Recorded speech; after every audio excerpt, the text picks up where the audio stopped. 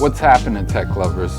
In this video, I'll be going over an old printer as part of a series of comparison videos. In this series, I'll be comparing an older printer and a newer printer using different types of extruders, filaments, and some overall upgrades. This video will be going over the Monoprice Maker Select Plus. We'll briefly review this printer and install new firmware. With that said, let's take a look. Originally, I wanted to get the Cocoon Create, mainly because I like the way it looked, but from what I can tell, you can only get the Cocoon from Aldi in Australia, and I couldn't find anywhere on their website about options to ship to the US. So I ended up going with the Monoprice Maker Select Plus. They're basically the same printer, just rebranded, and I'm pretty sure that there are many more just like them out there on the internet.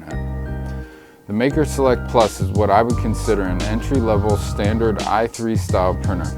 It has a color touchscreen, a full-size SD card reader, a single extruder, a heated bed, and it's compatible with 1.75mm filament. The manufacturer states on their website that it's compatible with a wide variety of filaments, but we're going to test that later. This printer accepts G-codes sliced by pretty much any standard slicer that you can set up profiles for, such as Cura, Simplify 3D, and even Prusa Slicer. The Maker Select Plus has two fans, one directly on the heatsink on the side of the extruder to help with heat creep, and the second is right up here in the front, and it's basically a dedicated cooling fan for the print. Both of these are pretty standard on a standard i3 style printer, and you can usually find these online somewhere right around 300 bucks. The first test print was done using Simplify 3D as the slicer and all stock parts on the Maker Select Plus. You can see it's definitely passable, however there's a lot of stringing in between these vertical areas on the outside of the bulb. Other than that, it's pretty decent print and it's definitely passable, but I think we're going to try and tune the slicer settings a little bit and see if we can get rid of some of the stringing. For the second print, I lowered the extruder temperature 10 degrees Celsius and the print came out pretty much the same, just far less stringing. If I took some time with this in the slicer profile, I'm pretty sure I could get everything dialed in, but for my purposes, these two test prints are fine and they give us a great idea of what this printer can do straight out of the box, stock.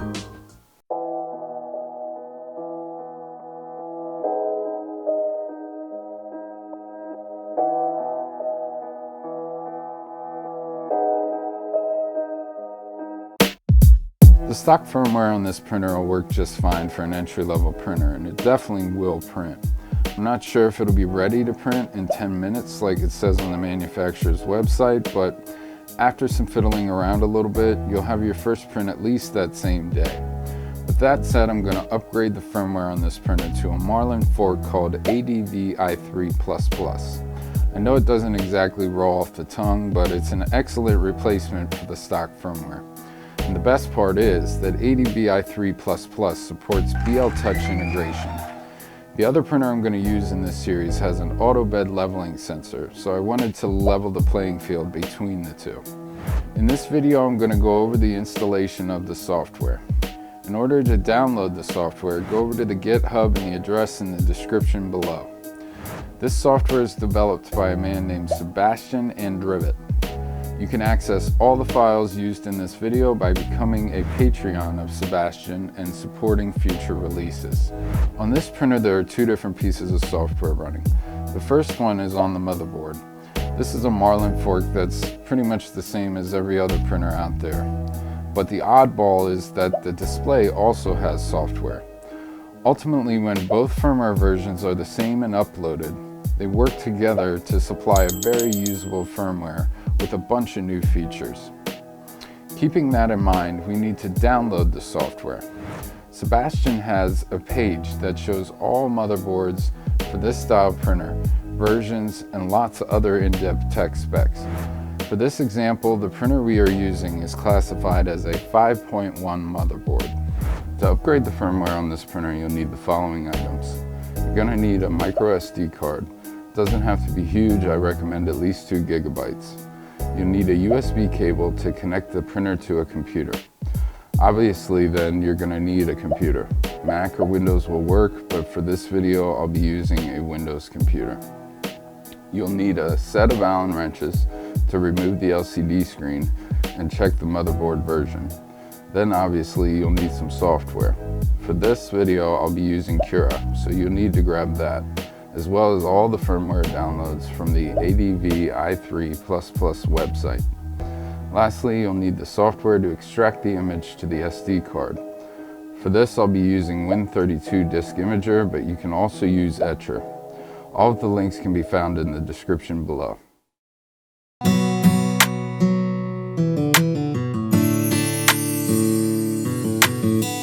It's recommended to upgrade the LCD firmware first to avoid errors and not be able to finish the upgrade. So we'll start with that first. For this, we need to remove the LCD screen from the front of the printer. To do so, it's quite simple. There are 2 grub screws securing the smoothed rods and 2 bolts securing the shroud to the printer frame. Loosen the grub screws here and here, and be careful not to lose any of the screws. Next, remove the 2 bolts from the front cover. Then you'll be able to pull the cover away. Be careful doing so because there is an LCD ribbon cable behind here that can tear easily. Once you get the front panel removed, you'll notice there are 4 screws covering the LCD cover, so we'll need to remove those screws first.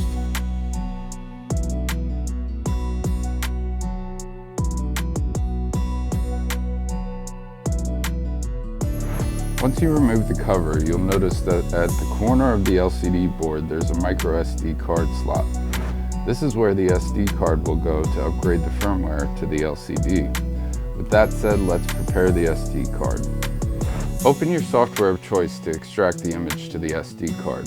In this example, I'm using Win32 Disk Imager.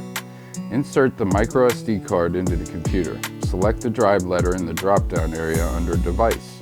Next, select the folder icon and select the image downloaded from the R.A.W i3++ website. Once everything looks good, click Write. When successfully completed, remove the SD card from the computer and put it in the LCD screen of the printer right here. Turn on the printer's power and the firmware will begin to upload the images and cycle all the way through to the end. It's important not to turn off the printer at this point, otherwise you may brick the LCD and need to purchase a new one from the manufacturer. Once the LCD reboots, it will show an animation and go into what looks like the printer's home screen. This home screen won't do anything when you push the buttons because the firmware is not running on the motherboard yet. But this is how you know the update is done and successful. Kill the power, take the SD card out of the LCD, and now you can reassemble the front panel in the exact reverse order that you took it apart, and you're done. Generally, according to the make and model of printer, you can find documentation on which motherboard you have. But if you want to be sure and avoid bricking the motherboard, it's fairly simple to open the case and check. The motherboard is accessible by putting the printer on its side and removing the 6 screws holding on the bottom cover. You can also remove the entire gantry from the printer, but I found it easier to place the printer on its side to avoid reconnecting all the wires and making sure it's all correct. Once the cover is removed, you can see the motherboard here. I've already soldered headers on the board for a future BL Touch integration, so your board won't have these connectors. But the location and the board will be the same if using the Monoprice model minus these connectors.